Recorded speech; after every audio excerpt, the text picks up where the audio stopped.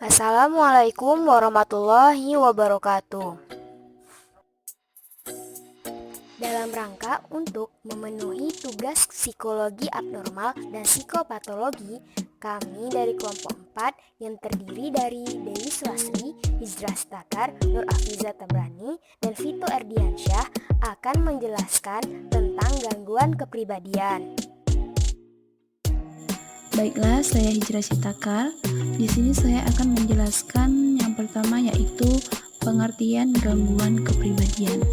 Sebelum kita memasuki pengertian dari gangguan kepribadian, kita harus mengetahui dulu bahwa pada mulanya gangguan kepribadian ini dahulu disebut dengan psikopati. Psikopati itu artinya adalah gangguan dalam jiwa yang tampil dalam kehidupan sehari-hari.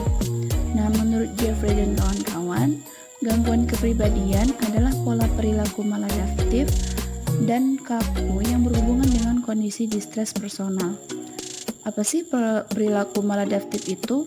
Perilaku maladaptif itu dapat diartikan sebagai tanggapan atau reaksi seseorang yang tidak sesuai ataupun tidak dapat menyesuaikan dirinya dengan lingkungannya, baik itu secara fisik maupun secara ucapannya.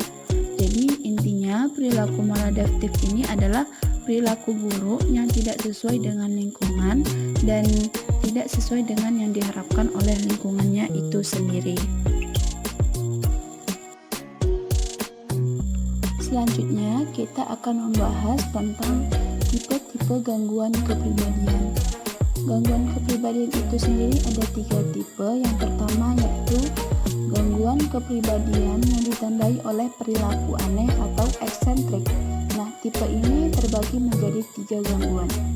Gangguan yang pertama adalah gangguan kepribadian paranoid. Gangguan kepribadian paranoid ini adalah sebuah gangguan kepribadian yang ditandai oleh kecurigaan akan motif orang lain, namun belum sampai pada titik delusi.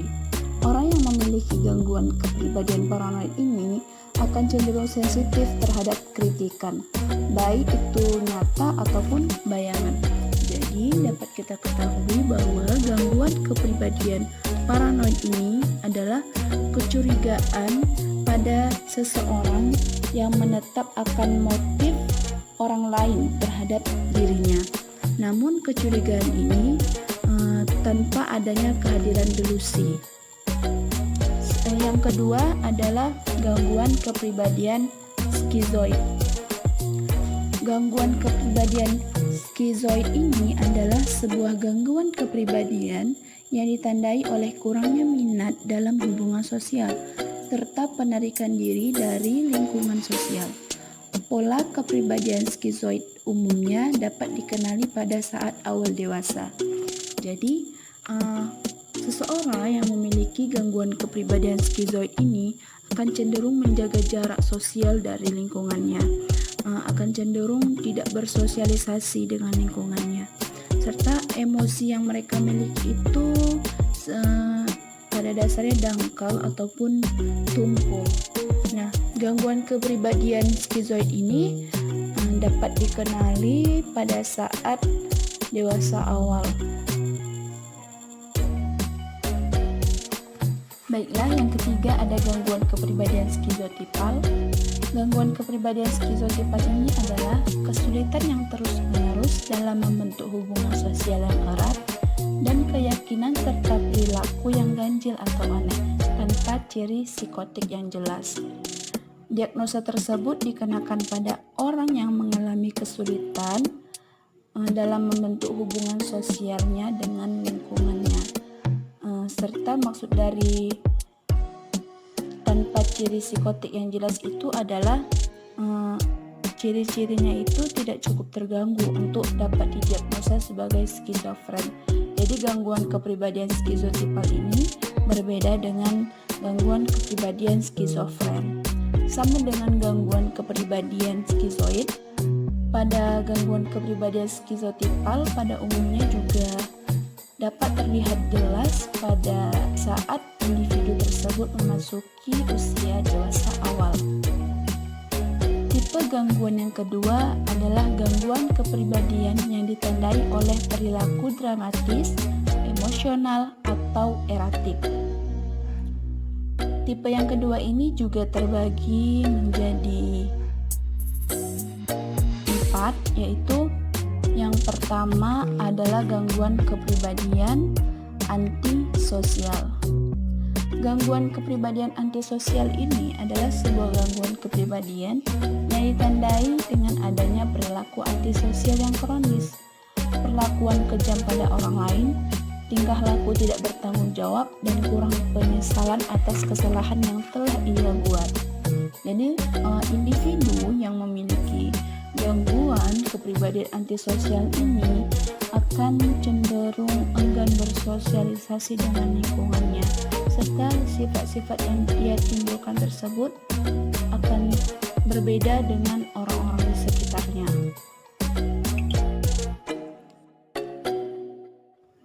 Gangguan kepribadian yang kedua adalah gangguan kepribadian ambang.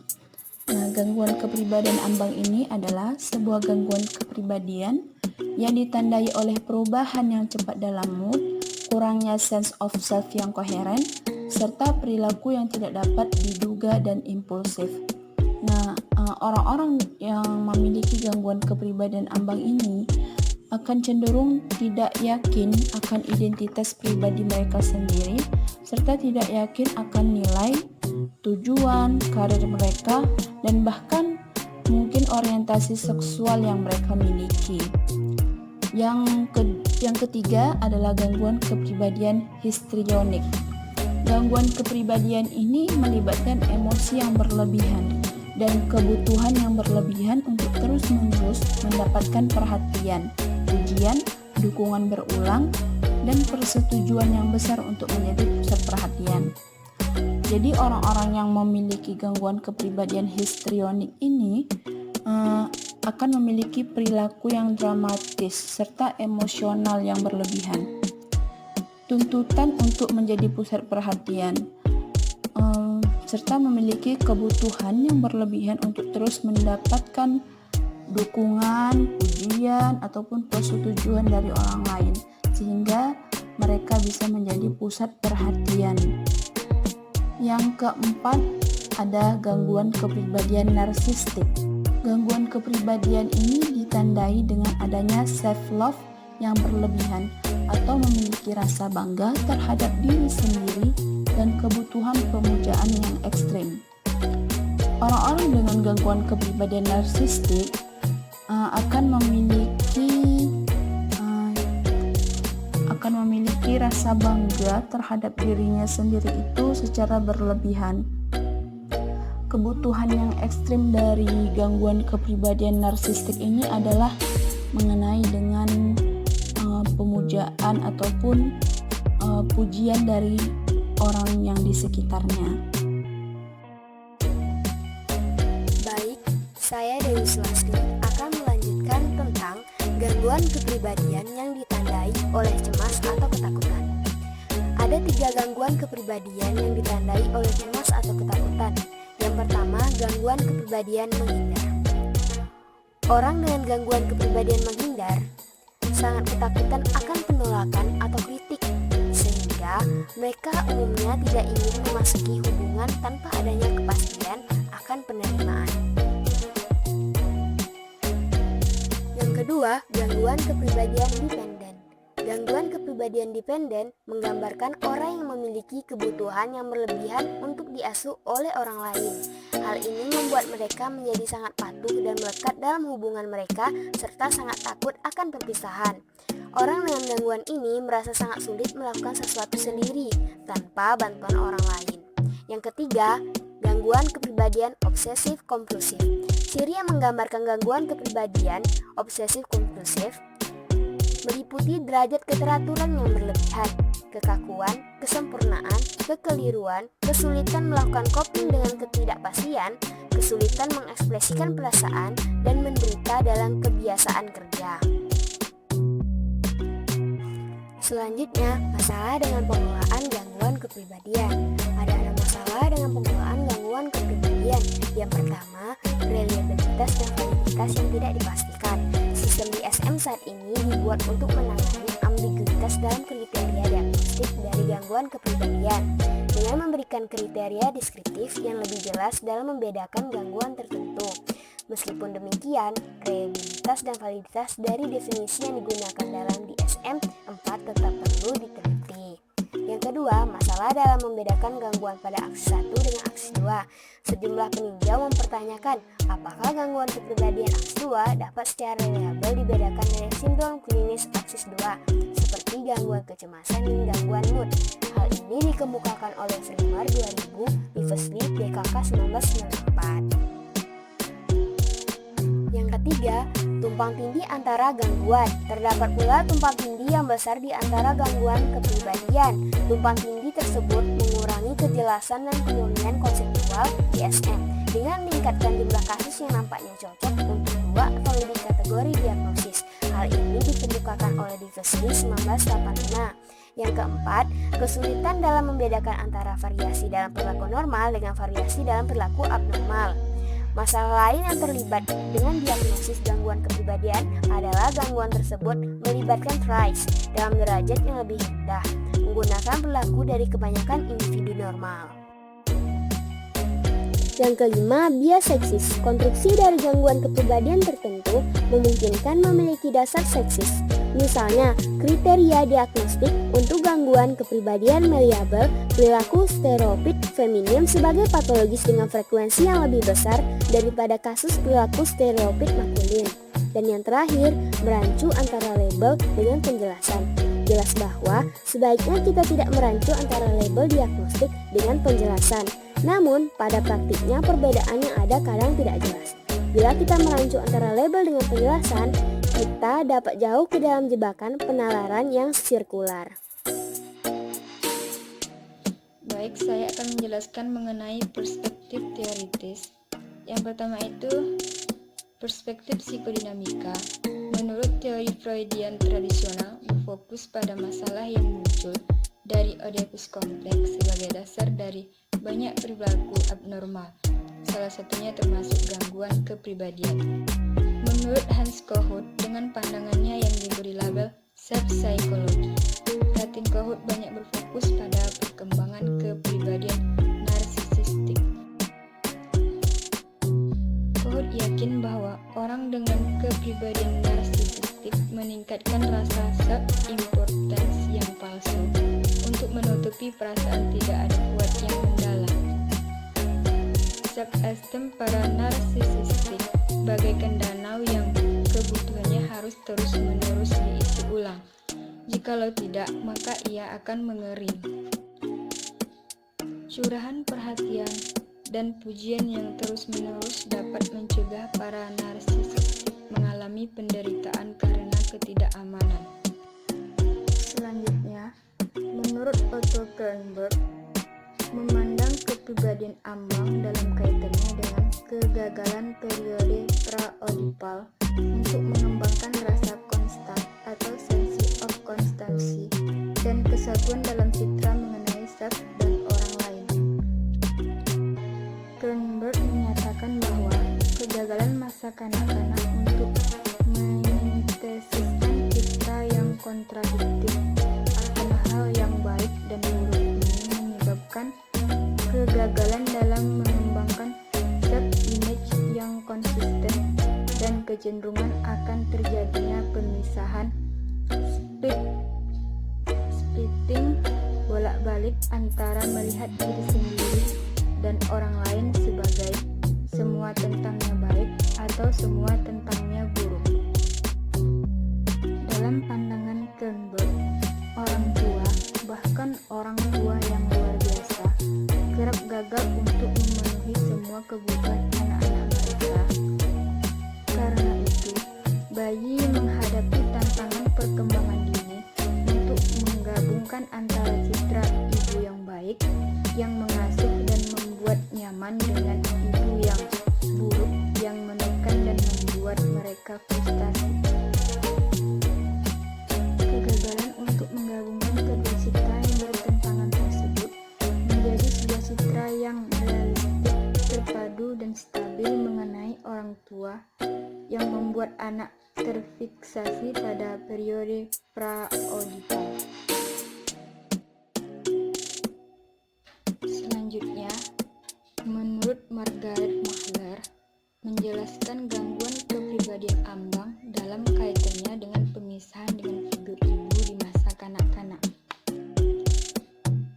Mahler dan koleganya yakin bahwa sepanjang tahun pertama, bayi mengembangkan kelekatan simbiotik pada ibu mereka.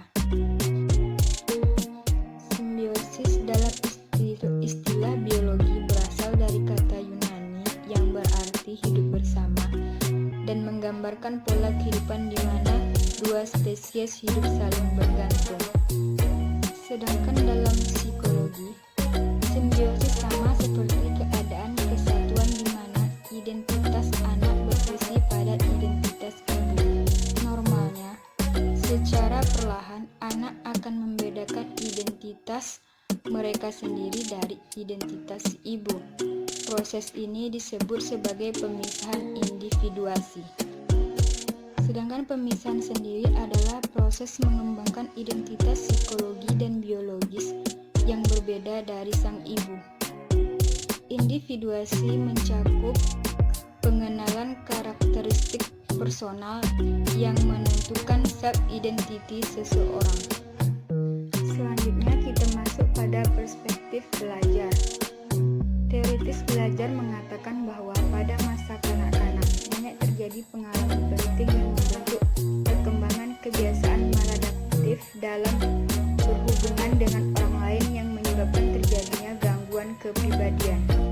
Sebagai contoh, anak yang secara terus-menerus tidak didukung untuk mengungkapkan pikiran mereka atau menjelajahi lingkungan mereka dapat mengembangkan pola perilaku kepribadian ambang. Selanjutnya, gangguan kepribadian obsesif kompulsif kemungkinan terkait dengan disiplin atau kontrol yang berlebihan dari orang tua di masa kanak-kanak. Milon menyatakan bahwa anak yang perilakunya dikontrol dan dihukum secara kaku oleh orang tua mereka, bahkan untuk kesalahan yang ringan, dapat mengembangkan standar kesempurnaan yang tidak fleksibel. Saat anak-anak ini dewasa, mereka mungkin berjuang untuk mengembangkan diri mereka dalam area di mana mereka dapat tampil baik, seperti kegiatan akademis atau atletik, sebagai cara untuk menghindari kritik atau hukuman dari orang tua mereka.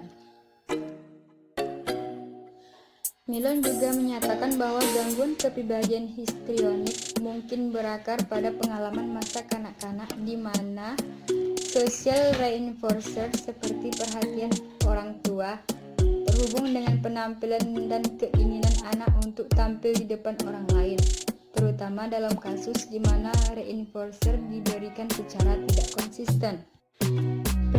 Perhatian yang tidak konsisten mengajarkan anak untuk tidak menerima persetujuan begitu saja dan untuk berjuang terus demi mendapatkannya. Orang dengan kepribadian histrionik juga diidentifikasi memiliki orang tua yang dramatis, emosional, dan suka mencari perhatian.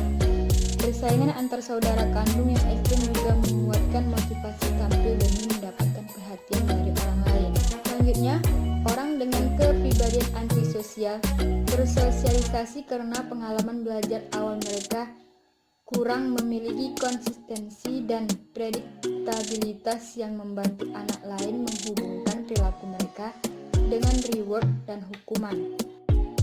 Ullman dan Krasner menyatakan sebagai contoh bahwa orang dengan kepribadian antisosial memungkinkan gagal untuk belajar merespon terhadap orang lain sebagai reinforcer yang potensial. Kebanyakan anak belajar untuk memperlakukan orang lain sebagai reinforcing agent karena orang lain mereinforce mereka dengan pujian saat mereka berlaku baik dan menghukum mereka untuk kelakuan yang salah.